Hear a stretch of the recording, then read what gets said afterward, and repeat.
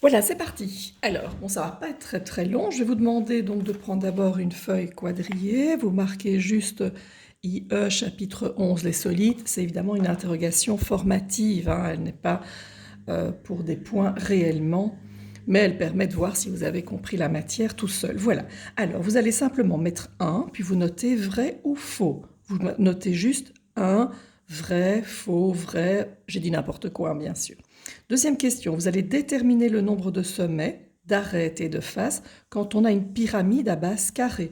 Donc vous dites il y a 10 sommets, 48 arêtes et 52 faces. Si vous avez besoin de faire un calcul, vous le laissez bien entendu. Troisièmement, quel est le nom précis de ce solide? Comment est-ce qu'il s'appelle précisément? Exercice 3, vous observez ici le dessin de ce solide et je vous demande le nom de la hauteur de ce prisme droit. Donc comment s'appelle la hauteur? Donc pas quelle est la longueur, mais quel est le nom. Attention, il peut y avoir plusieurs réponses possibles, hein. Donc si vous en avez une, moi je vais accepter les différentes réponses possibles. Ici par contre, nommez les bases. Vous mettez le nom des bases et quelle est la longueur de DF. Là, vous observez la longueur de DF. Vous pouvez mettre sur pause, page suivante, exercice 4. Vous observez de nouveau le solide en perspective cavalière et vous pouvez simplement recopier A, B, C, D et mettre si c'est parallèle, séquent, perpendiculaire ou bien vous mettez G. Je rappelle que le G correspond à gauche. Exercice 5. Là, vous allez sur votre feuille quadrillée recopier le prisme droit avec les sommets qui sont notés. Sur votre feuille, vous allez rajouter les arêtes cachées qui n'y sont pas. Je rappelle, les arêtes cachées, on les fait en pointillés.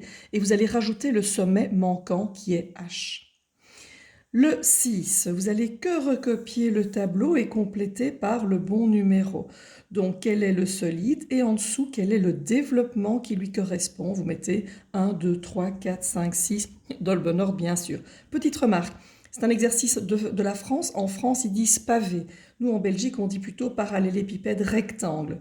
Donc, dans la deuxième colonne, vous pouvez simplement écrire à la place de pavé, vous marquez P.R. Nous, on comprendra. Dernière page de l'interrogation. Exercice 7, vous observez la maison et vous mettez quel est le numéro qui correspond. La vue de face sera la numéro 1. Donc, quelle est la vue de face parmi celles-là? Vous marquez juste numéro 1, numéro 2, numéro 3, numéro 4, numéro 5, dans le bon ordre, bien entendu. Exercice 8, vous avez ici une représentation avec tous des cubes empilés, des blocs empilés. Il y a 3 grilles, elles correspondent au nombre de blocs empilés. Donc vous observez, il y a une seule grille qui correspond.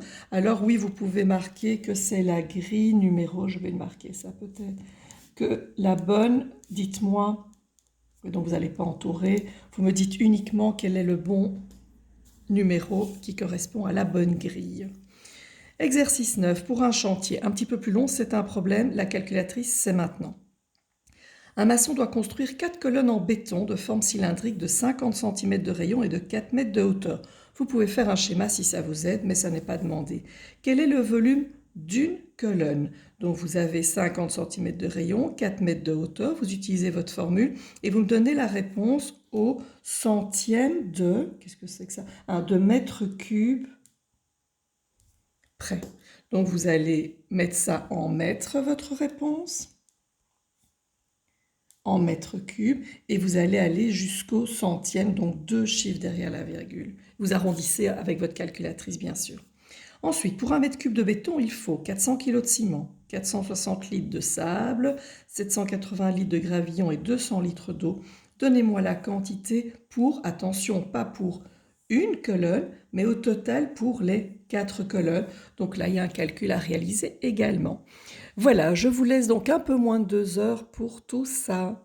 Et je vous tiens au courant. Et bien sûr, quand vous avez vos feuilles quadrillées, complétées une ou deux, mon avis 2 feuilles, vous me les envoyez sur l'assignment comme d'habitude. Voilà, bon week-end tout le monde!